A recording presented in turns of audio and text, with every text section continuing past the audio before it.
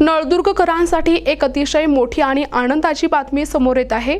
पर्यटनाच्या दृष्टीने ऐतिहासिक महत्त्व असलेल्या नळदुर्ग किल्ला परिसरात आता तब्बल 500 एकर क्षेत्रात भव्य विद्यापीठ उभारण्यात येणार असल्याची अधिकृत घोषणा करण्यात आली आहे। प्रधान सचिवांच्या उपस्थितीत पार पडलेल्या एका अत्यंत महत्त्वाच्या बैठकीत हा दूरगामी निर्णय घेण्यात आलाय।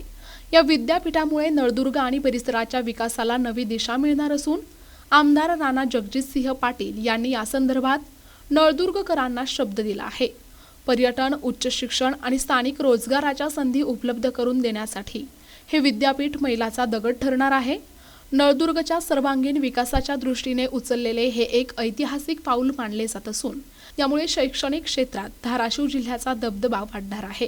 त्यातला एक विषय असा आहे की नळदुर्गला आपला जो किल्ला आहे, आपला किल्ला आणि त्या परिसरामध्ये आपण एक निर्णय घेतला होता की पर्यटनावरती आधारित आपण विद्यापीठ करायचं ठरवलं होतं। 500 एकर वरती विद्यापीठ करायचं आणि या बाबतीमध्ये मुंबईत गेल्या महिन्यात आपण बैठक घेतली होती। बैठकीला खंदारे नावाचे आपले प्रधान सचिव आहेत, ते पर्यटन विभागाचे आहेत आणि पुरातत्व विभागाचे, सांस्कृतिक कार्य विभागाचे देखील काही संबंधित अधिकारी त्या बैठकीला होते। ते आपलं नियोजन चालू होतं आणि त्या नियोजनाच्या बरोबरीने आता बजेटच्या भाषणामध्ये आपल्या वित्तमंत्री आहेत त्यांनी एक वेगळा विषय मांडलाय, तो म्हणजे देशामध्ये 5 युनिव्हर्सिटी टाउनशिप्स करायचे।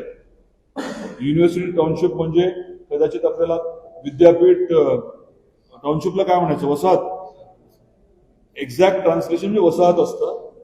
परदेशामध्ये विद्यापीठाचे छोटे शहर असतात, तर ती संकल्पना मांडण्यात आलेली आहे। आता आपण काय म्हणतोय की आपल्या देशामध्ये पर्यटन विद्यापीठ नाहीये।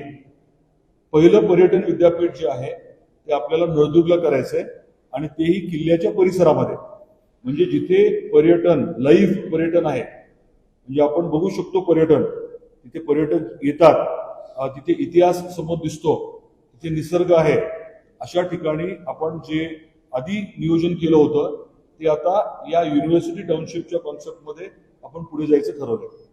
संबंधित जे सचिव आहेत त्यांच्याशी चर्चा झाली आहे आणि आपला प्राथमिक अहवाल सेंट्रल टुरिझम युनिव्हर्सिटी टाउनशिप असा आपण अहवाल जो आहे तो आता हाती घेतलेला आहे। हे तुमच्यासमोर सांगण्याचं कारण काय की जे आपण नियोजित केलं होतं त्यातला एक महत्वाचा अंग आपल्याला पुढे नेता येतोय या बजेटमध्ये सांगितलेल्या योजनांच्यामुळे, आणि आपलं नीती आयोगाची मदत घेऊन हा प्रकल्प जो आहे तो निश्चितपणे आपल्याला पुढे नेता येईल। त्याचं नियोजन आपण करणार आहोत, हे आपल्या माध्यमातून जनतेपर्यंत मांडायचं होतं आपण युनिव्हर्सिटी टाउनशिपचा विषय। प्रतिनिधी आयुब शेख, NTV न्यूज मराठी, तुळजापूर, धाराशिव।